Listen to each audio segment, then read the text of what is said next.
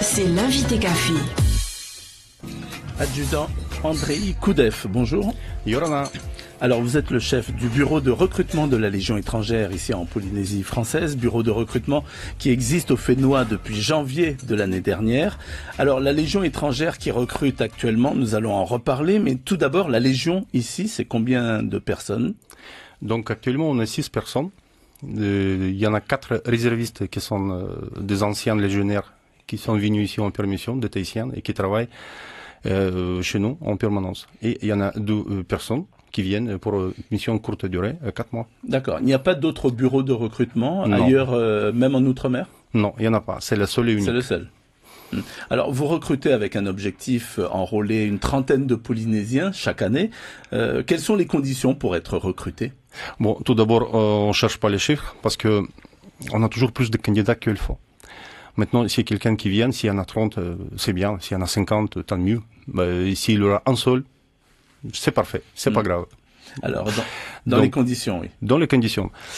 Il faut être entre 17 ans et 39 ans, 6 mois au jour de présentation. Donc, il faut venir chez nous et passer les tests. Il consiste quoi en quoi ces tests? Vous savez, c'est pas grand-chose. Il faut faire 5 tractions minimum. Donc, c'est même des enfants qui peuvent le faire. Et passer un test psychotechnique. Donc, test psychotechnique, ça pose un peu plus de problèmes, par contre. Ouais, c'est test de logique, test d'IQ, si vous voulez. Voilà. Et ensuite, il y en a des entretiens à passer. D'accord. Les tests sont pas très très physiques parce qu'on se représente très souvent le légionnaire comme quelqu'un de robuste qui est un peu le fer de lance de l'armée. Hein. En première ligne, c'est vous qu'on envoie. Et donc l'aspect physique, il tient quand même une importance. Tout à fait. Mais on pense que c'est dans la tête. Si quelqu'un qui vient à la Légion, c'est pas la peine qu'il soit un très très grand sportif. Mais on va le faire. Et vous n'exigez aucun cursus scolaire? Non. Donc, si quelqu'un qui n'a pas de bac, qui n'a pas de niveau scolaire, nous, on regarde pas ça. Si vous voulez, à la Légion, on commence à prendre cette personne à partir de son arrivée. Une fois qu'elle vient chez nous, et c'est à partir de là qu'on juge personne. S'il est bac plus 5, s'il a bac, s'il n'a pas du tout bac, c'est pas grave. C'est pas grave. Et vous ne recrutez pas de personnel féminin?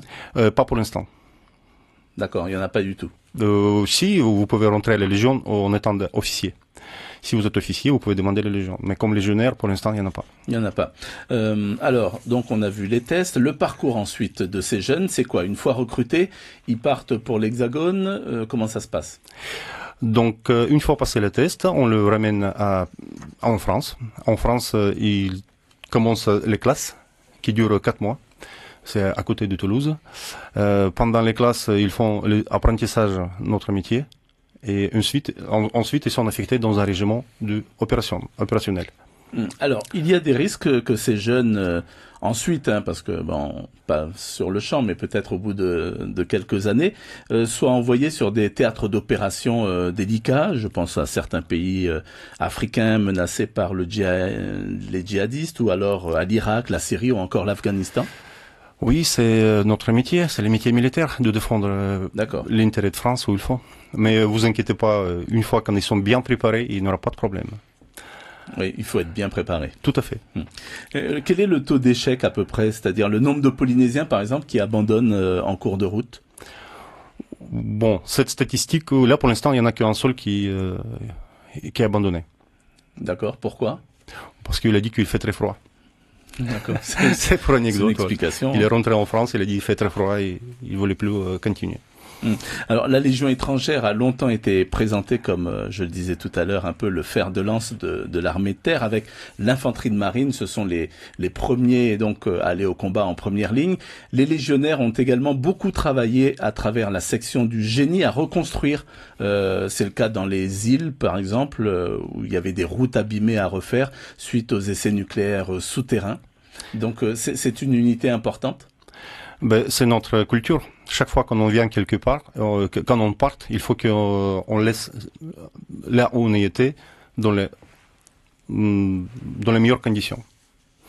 Donc c'est le principe. Il n'y a pas que les unités génie qui font ça. N'importe quelle unité, quand elle part, il va reconstruire tout de A à Z. Lorsqu'on observe le défilé, par exemple, du 14 juillet, alors très souvent, on voit représenter donc les légions, pas du tout comme vous. Vous êtes bien rasé, les cheveux courts, mais on voit plutôt des barbus avec donc une grande blouse en cuir et une hache. Pourquoi? Ça devient un symbole des légions étrangères. On appelle ça les pionniers. Et ça représente un bâtisseur. C'est lui qui vient et qui bâtisse tout. Mais pour vous dire que c'est une ancienne tradition de l'armée française qui date du Moyen-Âge. Donc, c'était des gens qui montaient à l'assaut devant les unités de combat. Ils ont cassé tous les obstacles. Et donc, ces gens-là qui tombaient en première. Ils partaient au combat avec une hache. Juste une hache. Juste une hache. C'est juste pour casser les obstacles devant les unités de combat. Donc, du coup, l'espérance de vie de ces gens-là, il n'était pas beaucoup. Hein. Les gens, ils sont été morts très vite. Et c'est les seuls dans l'armée française, à l'époque, je parle, ils ont été autorisés de ne pas se raser. Donc, ils ont laissé pousser les barbes. Et par rapport aux barbes, vous pouvez dire que, voilà, quelqu'un qui a participé à beaucoup d'opérations. Depuis, l'armée française, il a abandonné cette tradition. Et la Légion l'a gardée. D'accord. Alors, sans être allé à la Légion étrangère, c'est pas non plus, je veux dire, pour la vie, on peut y aller pour un contrat de 5 ans. Au bout de 5 ans, on s'en va, c'est possible. Oui, bien sûr. Le premier contrat qu'on propose, c'est 5 ans. Pendant 5 ans, les gens, ils peuvent avoir une deuxième spécialité, parce que nous, à la Légion, on est autonome. Tout d'abord, on est combattant, mais ensuite, on fait logistique, administratif, infirmerie, tout ce que vous voulez, mécanique, on fait nous-mêmes. Donc, on va proposer aux gens de faire une deuxième spécialité pendant 5 ans. Et ils peuvent travailler aussi comme, par exemple, mécano pendant ce contrat. Maintenant, si les gens ils décident à partir de 5 ans de partir, tant mieux. Ça veut dire qu'il a trouvé sa chemin et voilà. Vous ne cherchez pas à les retenir? Du tout, du tout. Même, je cherche pas de le ramener avec moi. Mon point de vue, c'est que les gens, s'ils ont bien ici, à Tahiti, avec sa famille, c'est parfait. Je préfère que les gens le restent là. J'attire personne. Maintenant, si quelqu'un qui n'arrive pas à se trouver dans la vie civile, ou il est dans l'impasse, ou il ne sait pas quoi faire, bienvenue.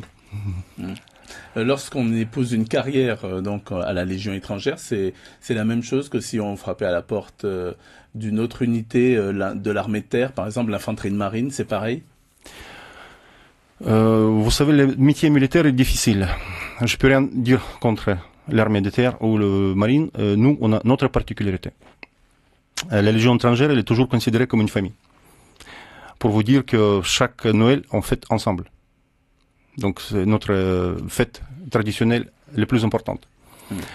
Quelles que soient les origines, parce que j'ai vu, il y a 160 nationalités. Quelles que soient les origines. C'est pas une fête religieuse, c'est une fête de Légion étrangère, fête de famille. Et c'est pourquoi il y en a certains qui n'ont jamais fêté ça avec sa famille. Que avec nous, entre nous. D'accord. Je faisais allusion aux nationalités.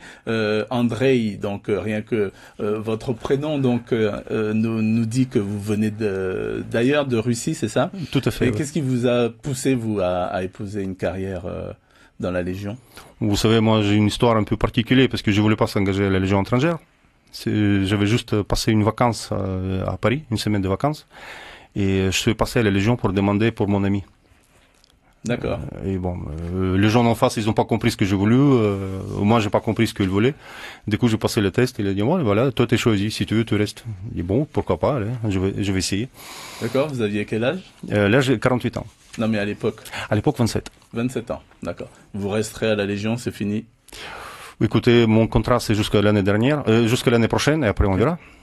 D'accord. Vous pouvez, vous n'êtes pas décidé si vous restez ou pas? Je peux rester. Je peux rester si je veux. En tous les cas, merci beaucoup, adjudant Andrei Koudev. Je rappelle que vous êtes le chef du bureau de recrutement de la Légion étrangère en Polynésie française. Le bureau, il est situé à Pirée, c'est ça? À Pirée, oui. À Pirée. Il y a un numéro de téléphone, peut-être, pour ceux qui aimeraient en savoir plus. Oui. Vous ne l'avez pas en tête, si? Non, je ne l'ai pas en tête. Bon, c'est pas grave. Dans tous les cas, c'est à Pirée. Merci encore. Merci à vous. C'était l'invité café, 7h30 du lundi au vendredi.